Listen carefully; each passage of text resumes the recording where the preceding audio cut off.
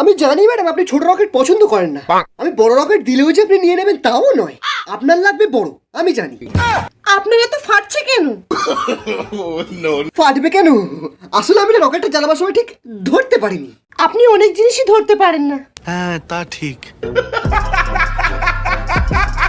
আপনি আমার দুটো দেখতে পাচ্ছেন? হ্যাঁ আমার দুটো। দুটো?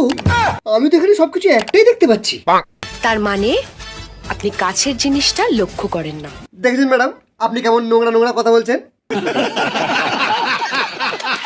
বসুন, একবার নিচের দিকে দেখুন।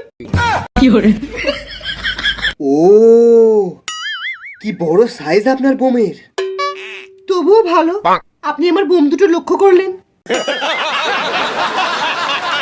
একটা কথা বলবো, কিছু মনে করবেন না তো? বলুন। আপনি যদি আপনার বোম দুটোকে আমার রকেটের সাথে বেঁধে ওড়ান, এটা আরো জোরে ফাটবে।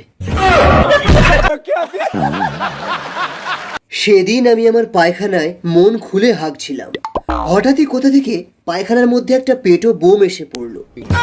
কিছুক্ষণের জন্য হলেও মনে হয়েছিল যে আমি বোধহয় আর বাঁচবো না। ঠিক সেই সময় ও পায়খানার দরজায় এক লাথি মেরে দরজা ভেঙে বোমে জল ঢেলে দিল। তখন এমন পজিশনে ছিলাম তোমাকে ধন্যবাদও বলতে পারিনি।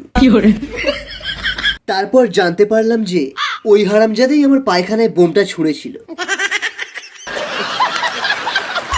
কত বছর এই ড্যামেজ বোমের দোকান চালাচ্ছে?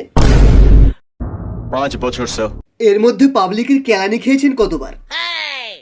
5 বছর। 5 বার, বছরে একবার করে। আপনার রেকর্ড তো দেখছি বেশ ভালো।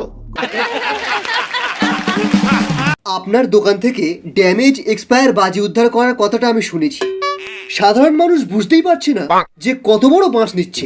আমি সাধারণ মানুষেরই বাঁশ দিতে চাই, যাতে তাদের বোম ফাটাতে গিয়ে ওইটাও ফাটুক।